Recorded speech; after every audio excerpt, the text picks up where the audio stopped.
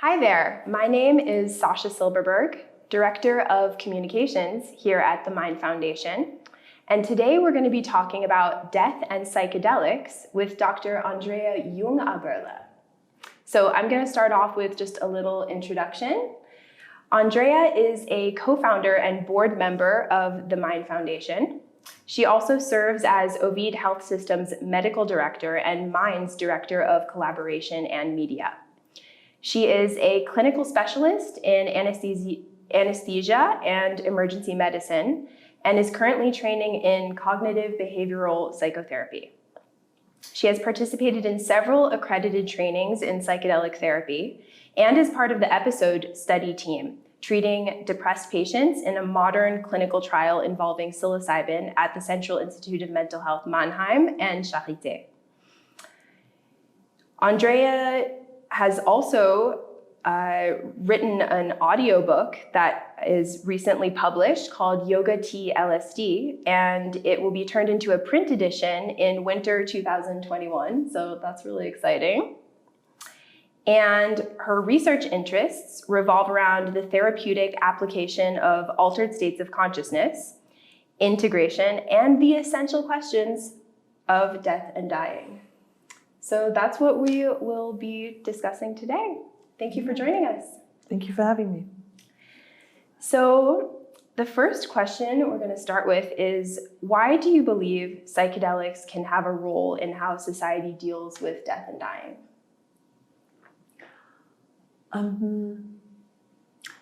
My personal experience with death and dying, the process of either dying oneself or accompanying a loved one on this process, is quite extensive. I've witnessed around 200 death and dying processes in my 12 years of working as a doctor, mainly in emergency medicine and intensive care. And one common denominator in many cases is that people are not ready. Not ready for something that is an inevitable part of everybody's life.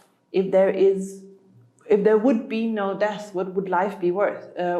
Because it would just be going on and on without real limitations. And like in many cases, if there is an eternal abundance of something, the thing itself becomes worth less. Right.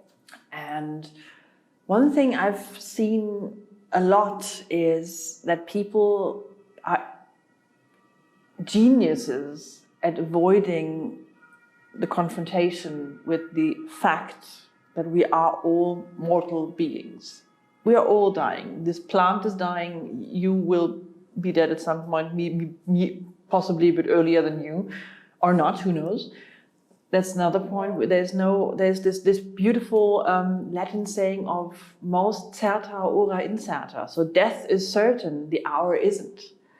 And this very simple truth is something we have completely discarded in our societal context. And an important part of that is that we are always trying to control everything. From cradle to grave, we're trying to control our life circumstances. And today, to an extent that perhaps in former times would have been unheard of. This also comes with developments in medicine, in society, in technology that make life more controllable. Right. But at the end of the day, we will never have full control of our circumstances and of what happens to us. And I believe that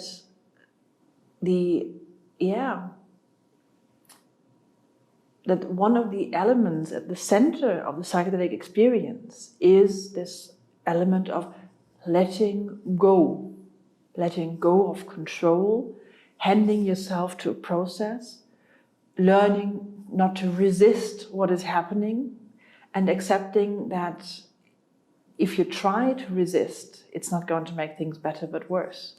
So to a certain extent, undergoing a psychedelic experience is practicing letting go, and thereby, at the ultimate extent, practicing death, dying. And I think that's something that is really necessary and really needed in our society.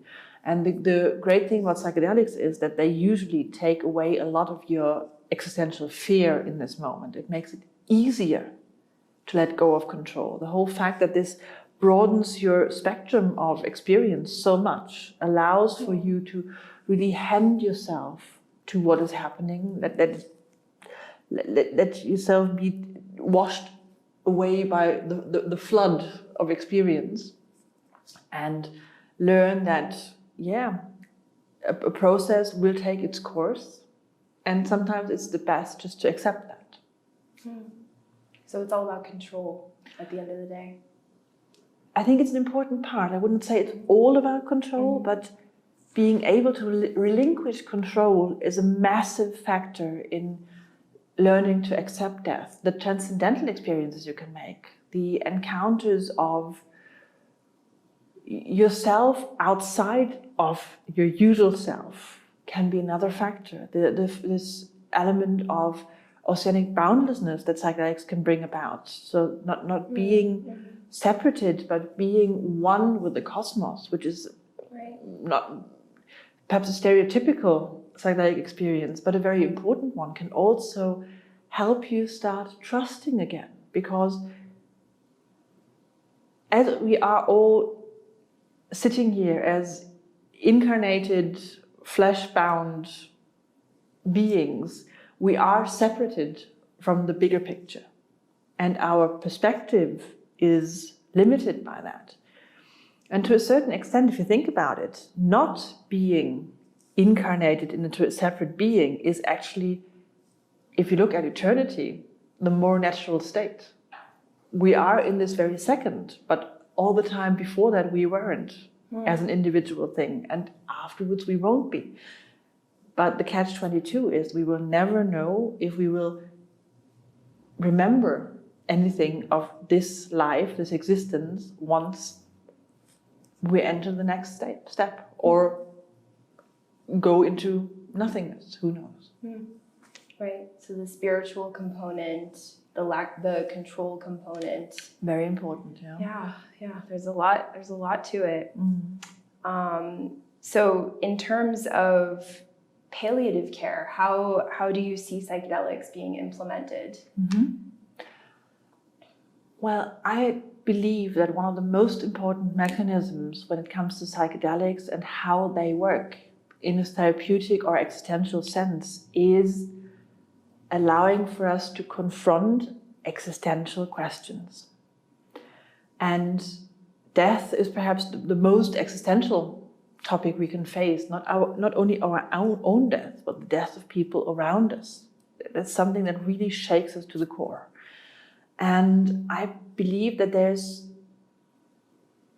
a certain window in which people who are facing these existential questions, and we all are more or less to a certain extent, in some cases, for example, when we are severely ill or encounter a very difficult life situation, we are more confronted with this in a more intense way.